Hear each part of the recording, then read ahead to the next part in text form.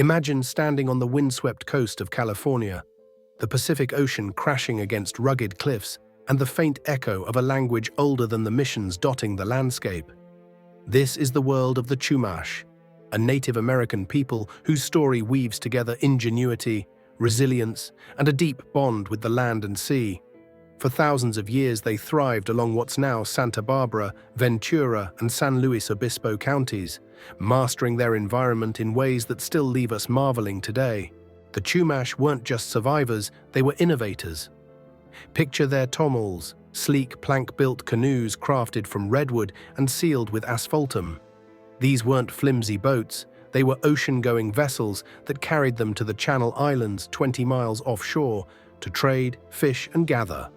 Archaeologists say they're among the oldest examples of seaworthy boats in North America.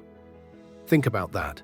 While Europe was still figuring out wooden rafts, the Chumash were navigating open water like seasoned sailors, hauling abalone and obsidian back to their coastal villages. Their daily life was a vibrant tapestry. They lived in dome-shaped homes called apse, woven from willow and tule reeds, cozy enough to weather the coastal fog. Their diet, a feast of acorns, fish, clams, and deer, seasoned with a knack for turning nature into sustenance. But it wasn't all about survival, they had flair. Chumash rock art still dots caves in the Santa Ynez Mountains, swirling reds, blacks, and whites depicting animals, stars, and maybe even their dreams.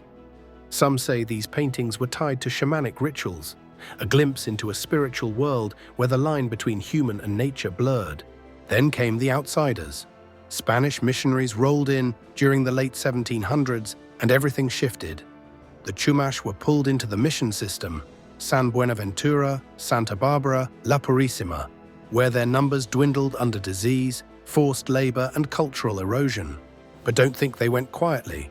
In 1824, they launched a revolt, a fierce stand against the padres that burned mission roofs and sent a message: "We're still here." It didn't undo the damage, but it showed their fire. Today, the Chumash are reclaiming their story. The Santa Ynez Band of Chumash Indians runs a thriving casino, pouring profits into education and cultural programs. Their language, once nearly lost, is being revived through dictionaries and classes. If you're ever near their museum in Santa Ynez, stop in.